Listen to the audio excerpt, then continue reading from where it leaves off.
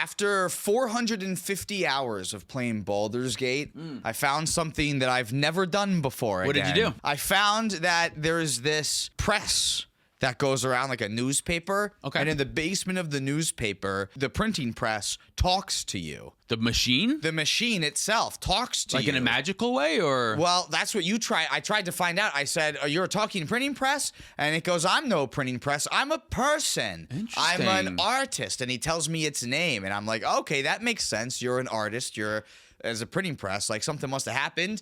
And then it just tells me that, oh, you saved Dolly. So I'll tell you what I'll do.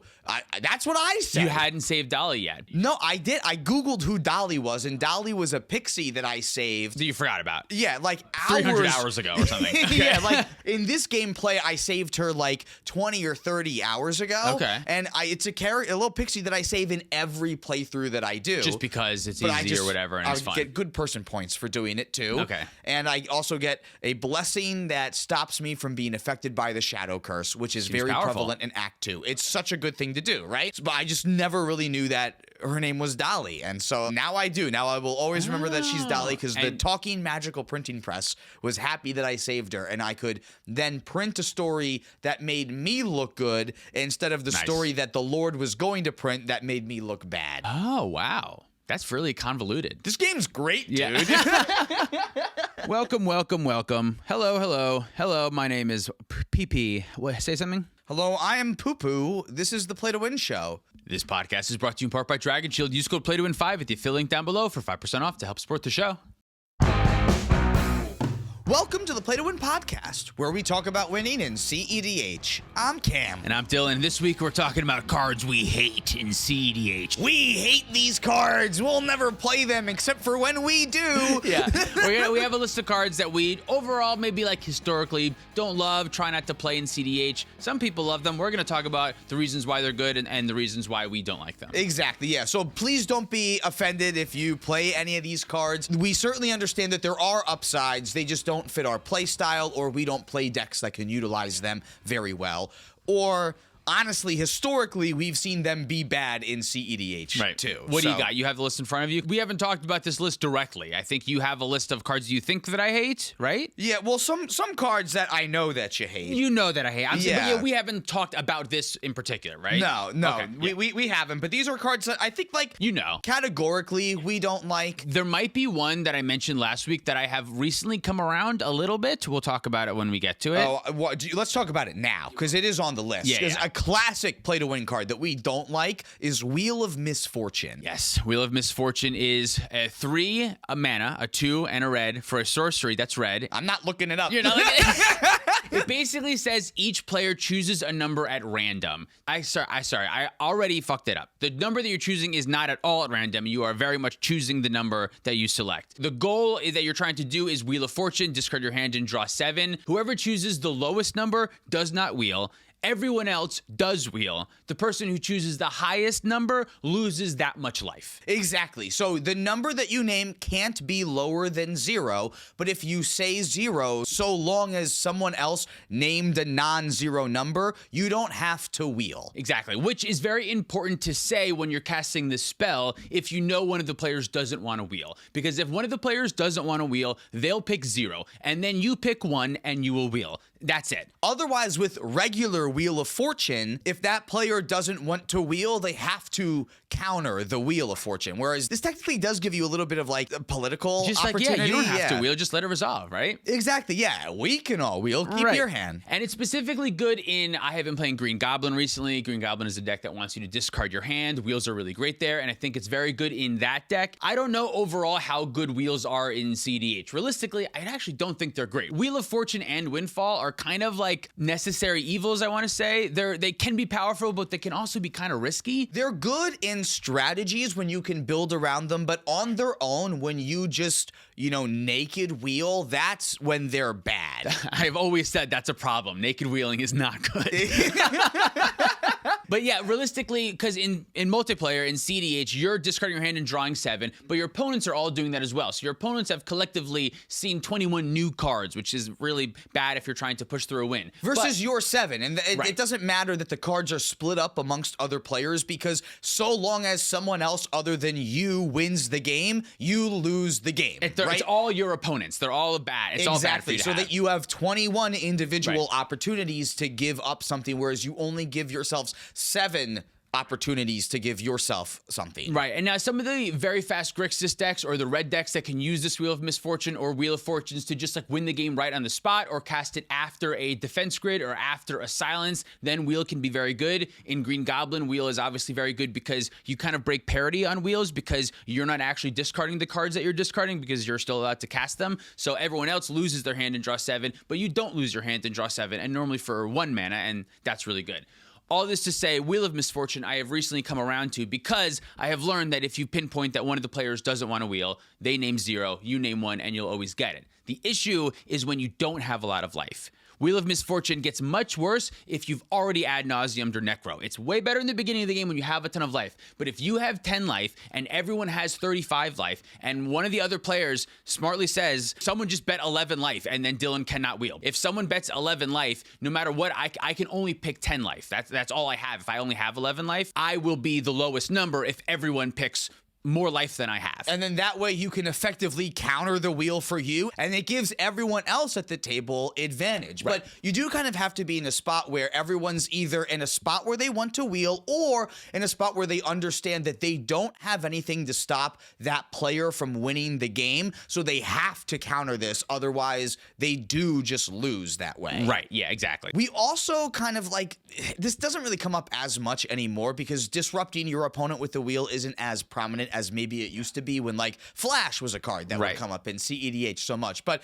there is still an aspect of, I saw someone wheel, or I know that you just necroed for 10 and sculpted a great 7. Like there's a reason to disrupt you with the wheel, and in that way everyone else is effectively reset, especially early in the game. And Wheel of Misfortune does not give you those opportunities. That's true, yeah. It doesn't disrupt your opponent at all. It only provides for you. Yeah, so like a lot of the reason why people still play wheels is because you can do them on the play on turn 1, and then like re-mulligan the table so that they hopefully don't even have a land to cast any of their spells. Yeah, this one is also like worse with things like Narset and Orcish Bowmaster and things that Smothering Tithe and stuff like that, because everyone just says we're all just gonna pick 0, right? So we're not gonna wheel. You can wheel. You wheel, and that's good. But then now your Smothering Tithe doesn't get you any advantage. Yeah, so like the whole reason why you're playing wheels and what makes them good, this doesn't make good. So I do recognize though, like Rog Size, I've seen it be pretty good in there, but the fact that it's mega replaceable by one of the strongest cards in Alpha, you know, being Time Twister and Wheel of Fortune, both of them. Sure, actually Wheel of Fortune. Right, the wheel is already in there, so you replace the Wheel of Misfortune with Time Twister. But yeah, exactly. Right. So like, there's already so many other versions of this card. There's even like Windfall. There's 3 different versions of this card, and Windfall can be crazy. Even way better than Wheel of Fortune. Yeah, Windfall is way better after the ad nauseum, because when you ad nauseum for 30 and then you play Defense Grid and you have a counterspell to back it up, and then you Windfall and you discard 25 and draw 25, that feels really fucking insane. Exactly, yeah. So like Wheel of Misfortune, what are we gonna, should we still rate these cards? We should rate it. I did want to say one more thing. I probably should have said this earlier, but with the life total thing, no one is going to want to spend 35 life. Like if you do this in the early stage of the game and you have 35 life and your opponents are all still at 40, they don't want to all spend 36 life to make sure that you don't wheel. I tried to do this to you in Magic on Atlanta, and it did not work. And it did not work. We all would have been left at like 2, I think. Yeah, so if you do it early, you're pretty good. I would say this card is actually pretty safe in the early. It's just like, it's fucking confusing. It is confusing, which is why I think it's important as the caster to clarify, if you don't want to wheel, you can just pick 0. Yeah. And someone will go, oh, good. And then you'll go, great. I know they're playing 0, so I can pay 1 and it's fine. Yeah, so this is definitely not as egregious as I think this used to be in cEDH when it was newer and more people were trying it out in a lot more decks. But I think this is still an iconic enough card that we don't like, that we have some new opinions on. So so I thought it was still worth putting here. Now, I want to give it a general rating and not just a Green Goblin rating. Yeah. So what do you think of this card outside of Green Goblin? Realistically, so like on the whole for cEDH, if I'm being honest with how powerful it is, I think it's probably like a 3, maybe a 3.2 or something. It belongs in some decks, but it's not a staple. It doesn't go into any red deck just because the deck is red. There has to be a reason that it's good for you, I think. You have to be going very fast. You have to be working with discarding your own things like Green Goblin. You have to be doing something that works with it. It's not like Wheel of Fortune where, to me, if Wheel's in any red cEDH deck, I'm not really going to think second about it. I'm going to say, okay, well, sure, whatever. You know what I mean? Yeah, you're playing that Lion's Eye Diamond and Breach. Obviously it goes Wheel. there. Yeah, Wheel of Misfortune is a little bit, you have to have a couple more reasons to play it. I think. Exactly. I guess that's something else. Wheel of Misfortune does not combo with Underworld Breach in the same way because you will always take so much damage. Right. Eventually your opponents will, they'll have a way to stop that from happening. Yeah, exactly. I think the Green Goblin scale, this thing gets a 5 because it's great like, there. it's even better than Wheel of Fortune, I think, because you can make it so that people can't find interaction for you. Basically, you take a lot of extra damage, but when you convince people that they don't have to wheel and they already don't have interaction, they now have a 0% chance of having interaction for you. Right, so like it's just for information. Exactly, yeah. But I think you're probably right. There's enough Grixis decks that I think would want this, and maybe I think it's fine in Rogside. Yeah, and maybe even like some very fast Rakdos decks that just want to see more cards. I think that that's enough to give it like a 3.2. Yeah, sounds great. The odd pad's at 5%. Do you think we can go the whole thing? Definitely not. Do you want to charge it? It'll be fine. Actually, definitely. I believe it will go. Yeah, it will go because I'm gonna keep it off when I'm not talking about a card. Great. All right, the next one is a card that we kind of mentioned Okay. before. I don't even know what it is. Arcane Denial. Arcane Denial. We did mention it last week. Yeah. What happened in your head? What did you just realize right now? That part might not be in that podcast. Oh, did you cut it? I don't remember. Okay. It's fine. Start it over. Introduce the card again, I guess. All right. The next card that we're talking about is Arcane Denial. Arcane Denial, This one we haven't talked about on the podcast so much. But I see this in a lot of cEDH decks just out in the wild. I haven't played against this a lot, but I just see this card a lot in lists. For 1 in a blue, counter target spell. At the beginning of the next upkeep, that player draws 1 card. They draw 2 cards. They draw 2 cards, and you draw 1 card. I hear talk of this card a lot because people say it's actually less card disadvantage than regular mana drain would be or something like that because, yes, you're drawing your opponent 2 cards, but you're also replacing the card that yourself and the other 2 players who haven't interacted have changed none at all. So they are technically down cards sort of compared. You're equal with them. Everyone is remaining the same on advantage, I believe, right? No, I think because if they have 7 and everyone has 7 cards. Yeah. And someone casts a spell and they go down to 6. Now you go down to 6. And then you go to 7 and they go to 8. And they go to 8.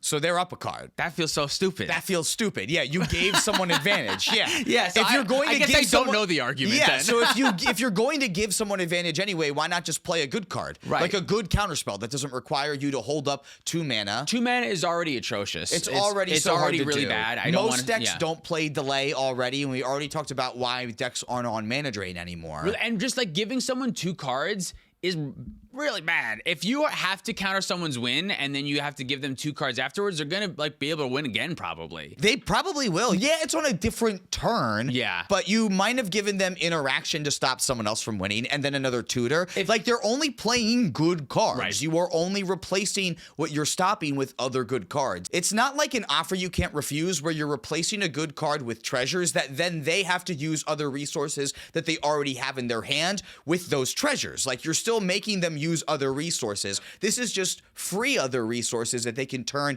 into something else with the good cards that they get. I think an offer you can't refuse is kind of a good comparison. The main difference though is offer is 1 mana versus 2. It counters less things. It counters less things, but it counters the things that you care about. You know more what I mean? important things. Yeah, you can still counter the demonic consultation. You don't need to counter the Thassa's Oracle. Right, yeah. And being 1 mana versus 2 feels like it's only 1 mana less, but it's really like 50% less? Or It's is it 100% Is it 100% less? Is yeah, that how it is? 2 divided by 1 is 1. Great. It's so much less than 2 mana, 1 mana. And 2 divided by 1 is 2, I bet. Hey, we Siri? should not be doing math stuff. Don't waste the battery. Oh, yeah.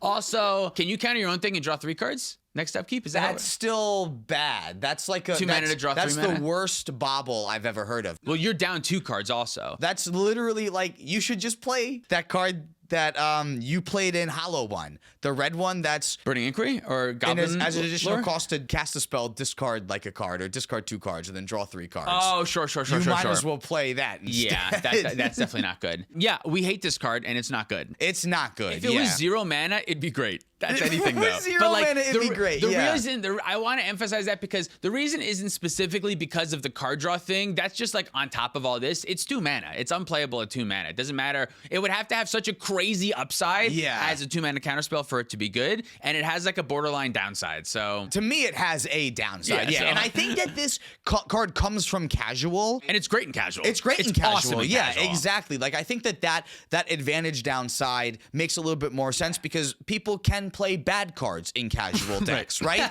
Or just like cards that aren't Underworld Breach, right? And Rhystic Study. And if those are the 2 cards you give someone, this is like such a bad situation. A 0 for me. Goose Egg for me Nada. Zilch. as well. Should we keep it on the counterspell train? Yeah, we hate counterspells. Next Next up, Force of Will. Get up- this card out of your deck. Yeah, we've been talking about cutting it from. No, I love Force of Will. I don't like Strict Serenade. Oh yeah, Which total is dumper. the opposite of Swan Song, which is a card that I like. So it makes sense that I would not like the opposite of Swan Song. Yeah, I agree. I understand the need. I see this on a lot of Sisei decks because they want to counter opposition agent. Nah, to that, I would see. say, don't you want to just kill the opposition agent? Yeah, exactly. Like because later? Strict Serenade is a blue mana for a spell that lets you counter a creature, a planeswalker, or an artifact. Right. So essentially, it only counters 2 things. Essentially, it counters nothing because it doesn't counter Underworld Breach. It doesn't. Like, there's no artifacts you want to counter.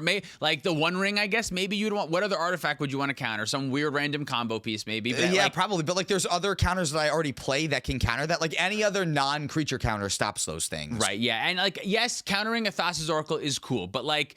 Red Blast also does that. Also, countering the Demonic Consultation afterwards does Like that. we've already said. Yeah, Right. there's other counter spells that already stop that win condition. And like, I want to bring up you are an Atali pilot, and this does counter an Atali, which is relevant. There's not a lot of counter spells that hit Atali, sure. But if you have silver bullets for like specific decks like that, I don't know. I just don't think that's a good use because every time that you don't play Atali, the card just sits in your hand. That's the thing. So like you can have silver bullets that are good against certain decks, but when you're, again, like you said, when you're not playing against those decks, they're not good. So unless your deck is a stacks deck that is all silver bullets and you can just always have a Tutor 'em silver up. bullet for no matter what deck you're playing, then I think that's at least okay. But if you're just playing a card because it's good at stopping something else, I don't necessarily think that's a game-winning strategy, because what'll happen is like you can like mulligan for it and then you stop that player, but now you don't have anything to stop the other players that also have relevant wins. You still lose the game. And again, if you don't win, it doesn't matter who wins. It doesn't matter that you stopped the tally. still lost. You still lost. And the reason why counterspells, I think, often are good is because they hit a wide range of things. They can go both ways. They can stop you winning and they can protect me from winning. So when my counterspell doesn't protect me from winning and it only stops you from winning,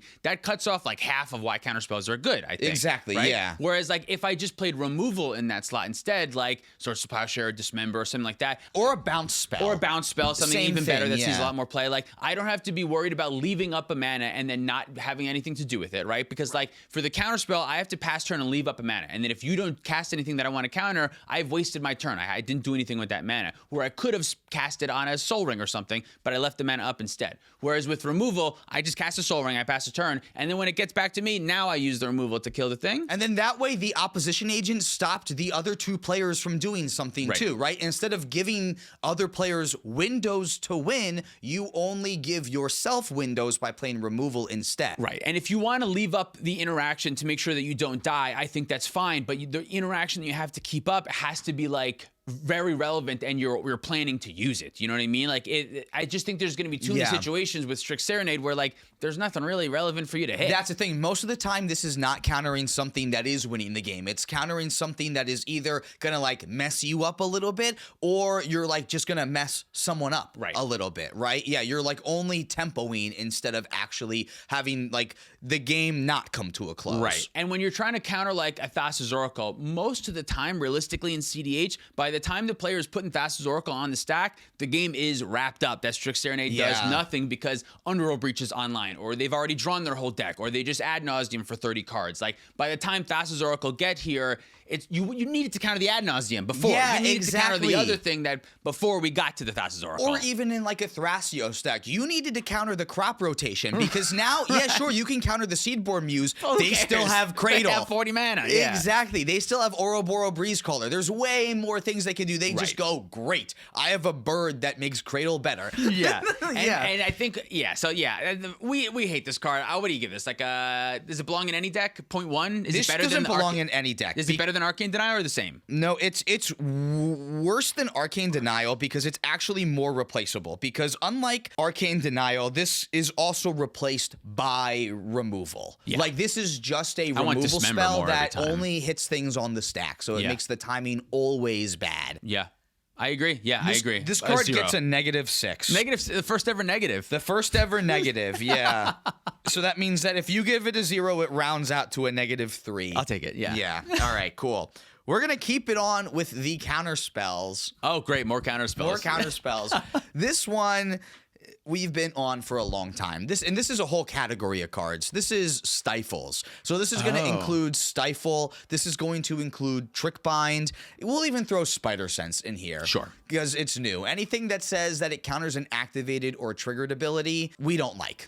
Yeah, I think it's too specific. It's too targeted. Yes, it's very good at disrupting one player, but all of the things that I said for Strict Serenade apply for this because, number one, it's difficult at protecting you. It doesn't stop anyone from interacting with you, really, right? It doesn't do anything in that retrospect. It only stops them. It's not necessarily consistent. Like, yes, it's an awesome gotcha when you get them, but sometimes it's just going to do nothing. And Stifle was once upon a time good in Legacy or Vintage because you could hit a fetch land. That's incredible. Like, that's really good. Yeah. Because it's 1v1. You're cutting your opponent's mana in half by doing that. But when you stifle someone's land in cEDH, you're like, getting maybe 25% of your opponent's mana, but not even because all of their mana is tied up in artifacts and creatures and shit like that. And then they still go, okay, I'll cast Mox Diamond and then cast my Mystic Remora, and I can make up that advantage then. For all the same reasons, like, yes, this could counter the Sisei activation, and like, yeah, sure, that would be good, but that just buys you time. That's just like Remand. Yes, which I guess like a bounce spell still does, and those are good. But bounce spells allow you to win the game. It clears a path for now you to win is ideally what you're doing. You know what I mean? That's true, yeah. Like, the Stifle will never have the capability of getting Dranith Magistrate off the board. You can't choose when you Stifle. I can choose when I snap. I can decide when it's beneficial for me. But Stifle, I can't. If the wind's on the stack, I guess I got to Stifle now, but I didn't really want to. I wanted to do something else. So it's really only good into tempo activated abilities because even if you like Trick Bind a triggered ability, something else is going to happen on another turn that will trigger it again. Right. Vivi, for example, Rhystic Study. Yeah, you can stop something for a turn, so it can kind of like feel like a silence maybe sometimes in the Magical Christmas Land scenario. But this is the other thing I wanted to say about Strict Serenade too. When you have to name a bunch of cards that card is good against in order to make an excuse for it, and then the counter argument is, well, here's a bunch of other cards that already do that also do way more things. Right. That does not make the card that you're arguing for a good card. It makes it, in fact, kind of a bad card. Yeah. It makes it very replaceable. Exactly. We're finding that we're just reaching for reasons because this is like we talked about last week, like a pet card. This is kind of like a weird 1-2 punch of podcasts right after each other. Yeah, that's true. And I think like all the other counter spells, you can easily find something that they do in a unique way. They do similar things, but they do something particularly well. So like Force of Will is a free counter spell that hits anything if you have a blue card. Hitting anything on a free counter spell is huge. Not a lot of cards do that. Right. Fierce Guardianship is free, but without the card disadvantage if you play your commander.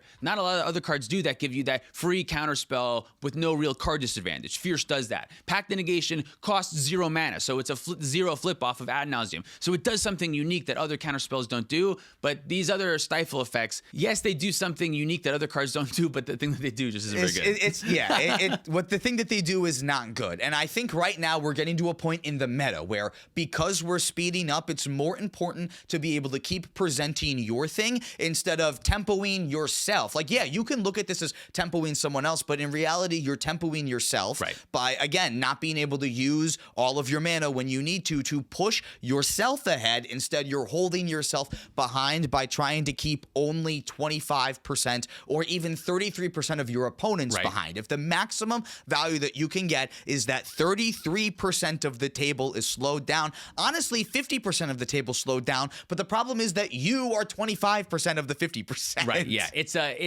a race, not a battle. Exactly. CEDH is a race. We're not battling. I don't give a fuck about you. I love this metaphor. I want to get to the finish line before you, or that's all. I need to get to the finish line before you get there. I'm not trying to defeat you. I'm like trying to ignore you. Yeah, exactly. So if you trip someone in the race, someone else can trip you though too, or that just gives someone else the opportunity to jump over them. If I have to go trip someone in the race, that's a step that I haven't taken forward. I moved off to the side to trip you, but the other person next to me took another step, so now they're a step ahead of me. What the fuck?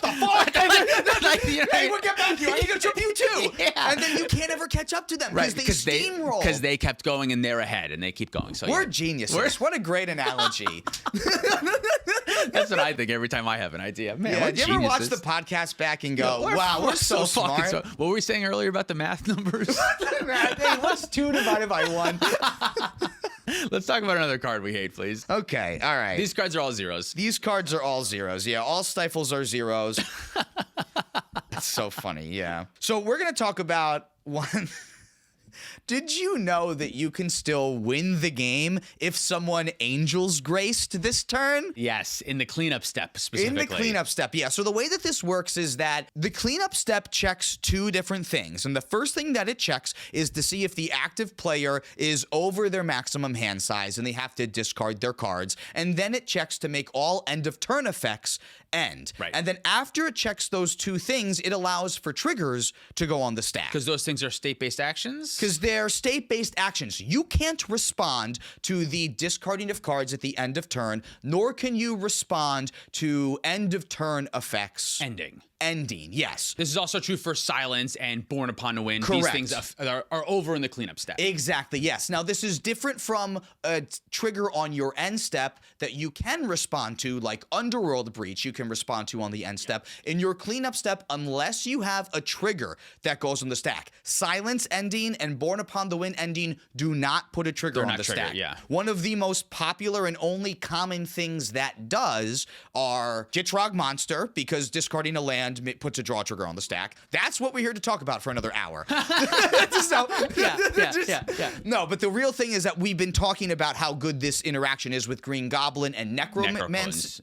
Yeah, not Necromancy. Not Necromancy. Necropotence, because Necropotence puts another trigger on the stack, which gives you another moment to Born Upon the Wind, give yourself flash. And the way that this really works is that if spells are on the stack or triggers are on the stack, after the stack has fully resolved, there is a second cleanup step, or it goes back to the cleanup step. The beginning of the cleanup step is probably more accurate wording. Right. So then again, you will have to recheck your hand size and then recheck end of turn abilities. If these things trigger in the cleanup step, you're allowed to respond there, and Silence and Born Upon the Wind and Angel's Grace have worn off now. Those are not affected anymore. Exactly. Both things that you can't respond to have to have already completed for the Necropotence trigger to go on the stack already. Another, just real quick, a way to get like a trigger like this in your discard is by something like bouncing your commander to your hand and then having 8 cards in your hand and going to discard discarding your commander for turn and having the commander trigger to go to the command zone. Exactly. You can respond to that trigger when it's going to the command zone, which is super weird. It's very weird, especially because like when that's true, because it puts a trigger on the stack. This is how Tyler wins in cleanup after somebody Angel's Graces him or something. This is also, how does he keep doing this? This is how Niv Mizzet would win with Curiosity too, is because you would draw a card, deal a damage, and then have to re-discard a card, and then it would keep clearing the stack, so then you would have to re-discard a card to your cleanup, and that's why you were always drawing and dealing more damage. Right, yes, that makes sense to me, I think. I said something wrong in there, but I kind of spaced out, I'm going to be honest. It's fine. I know you've been blacked out this whole time, so. Angel's Grace, I think, is the card that we're talking about, though, to bring all this cleanup shit up. And the reason why we don't like Angel's Grace so much is, well, this is really now the penultimate reason, is because it doesn't actually do what it says on the card. Yeah. Yeah, normally, the most common thing, I think, is you're get Angel's Grace, and you can still do actions, you can still do all your stuff, and then in the next person's upkeep, you can just win there. That's like normally the easiest thing to do. That's the other thing too, is that a lot of the times you're winning with infinite mana and you still have the resources to be able to go, okay, in response to before anything that you do on your upkeep, I'll flash in Valley Flood Caller and then win the game on top of Exactly. you. It is an incredible gotcha. Like all of these cards that we've talked about, or not the Wheel of Misfortune, but like Strict Serenade and like the Stifle Effects, if someone just goes for an early consult win and they consult the library away, and with the Thoracle Trigger on the stack, you've slammed this and they can't win the game, holy shit, is it incredible and very memorable. So I understand why people want to play this card. It's also a very good political tool. It's very scary if you show someone this in a game and they go, That's oh, fuck, true. all right, I can't go for a win. It can buy you a lot of time. That is good. But overall, I don't think it does enough. It's like very similar to a lot of the cards we've talked about where it doesn't protect you enough. I just don't think it does. It can do some very unique things. It can be very powerful. The ceiling is high, but the floor is low. And in cEDH, since like all of the cards are so powerful, I can't afford to draw a whiff. Everything's got to be live all the time, right? Yeah. I That's would how I always feel. rather have a counterspell, because if what you're trying to do is stop someone from winning the game, that's all that a counterspell does. You should have countered something earlier, or countered the thing that you want to respond to with the Angel's Grace, or whatever. Yeah, exactly. This should just be the same. something else. Yeah, but when there are a lot of decks that can take the opportunity to win and clean up after the end of turn effect of this has resolved, makes it even worse. Makes it even worse. Yeah, Yeah. makes it So even this worse. is just, this ends up being like a card that I see in decks because people hate Thassa's Oracle so much, and you get Thassa's Oracle blinders on. Right. But then again, you play in a pod with Magdalumra and Atali, and now what are you going to do? Doesn't do anything. Yeah, Exactly, yeah. So like, okay, yeah, you stopped Atali food chain once, and then again, you lose. Like, this is a theme with these cards that we Right. don't like, is that they're good at stopping one person, but they still make you lose the game Right. because they don't end up doing You trip someone else in the race, and the other person got another step on exactly. you. Yeah. Now, as I'm saying this though, like, why are a counterspell different? Because if this was a counterspell in this scenario, you do still stop someone from winning, but someone else doesn't win. The difference is because counterspells can protect you. It can stop, not only stop your opponents from winning, but I can protect my own yeah. win now. Oh, I can ensure that I have a path to victory. You That's true. You go to trip me, and I have a counterspell that means I can keep walking, and now you are way behind, and I'm allowed to stay on par with the other like people at least. smacking their hand out of the way. Smacking their hand out of the way, but a free motion smack is what a counterspell is. Exactly, Which is why yeah. the free counterspells are good. It's for free. If I Yeah. have to take a step to counter your trip, you tripped me. I had to take a step. I think this card is better than some of the other ones that we've talked about. I do think that there is a time and a place for this Ooh, one. let's talk about some upside, because if Okay. you are playing Ad Nauseum, if you are in a non-blue Ad Nauseum deck, I think this has a little bit of merit. Like, 6 if you mana now is a 2-card draw your whole deck, and doesn't matter if you lose all life, right? Exactly, yeah, because your life total can't be... It goes lower than 0, but you just can't lose the game. You just can't lose the game. So Yeah, so as long as you can present a win after you've done that right. 6 You mana. can't pass a turn, but if you've drawn your whole deck, you should be good. Yeah, exactly, because you got a ton of rocks and you're in black already, so that means you have like Dark Ritual and stuff. And this is because it's a 6 mana thing, a lot of the times this is more of like a late game strategy that decks have. But like, I would not in a blue farm deck want to acknowledge that I'm playing Ad Nauseum, and you know what would be cool? I can draw my whole deck. You know what? You know what also would be cool? Just drawing 30 cards. That's the thing. Like, That's also certain fine. color combinations don't need to see their entire deck. They only need to see 30 cards. Some color combinations, like Orzhov, might want to see its whole deck. Now, you got a lot of other problems if that's your case too, Right, but I yeah. think that like there is a little bit more merit. I'm fine giving Angel's Grace a 1, but it's still a card that, like most decks that I play, all decks that I play, I am not looking for room for Angel's Grace. Yeah, I completely agree. I think 1 sounds about right. Yeah. Okay, great. Have you thought of any other cards you want to talk about? The last card I have on the list is just like another counter spell. Let me think. Let me that use my hasn't brain. even seen like a ton of play. Cards that I hate. Ooh, I have a bit of a hot take. This is kind of a moment for hot takes. Yeah. And this hate is very strong for what this is, because for this truly, whole podcast, probably. hate is very yeah. strong. Just cards that I don't really love to play. And this one, even in particular, and as I'm saying, I'm going to feel crazy because it's a card that I personally love quite a lot. Deathrite Shaman, not great all the time. Yeah, Deathrite Shaman is Deathrite Shaman, lackluster. It weirdly doesn't always make you mana on turn 2. Like, there are situations where you didn't have a fetch land, and for some reason no one else did either. And when you waste your first turn on a mana dork and it's not active on turn 2, the trip that you have done to yourself in the race feels so bad, stupid. yeah. Now, yes, this has 2 toughness, which is so good in Orcish Bowmaster world. And yes, this can be kind of graveyard hate against certain decks. I had a game on the Scry Babies recent. Oh no, it wasn't Deathrite, it was Agatha Soul Cauldron. But sometimes hitting 1 card out of the graveyard can stop the Underworld Breach.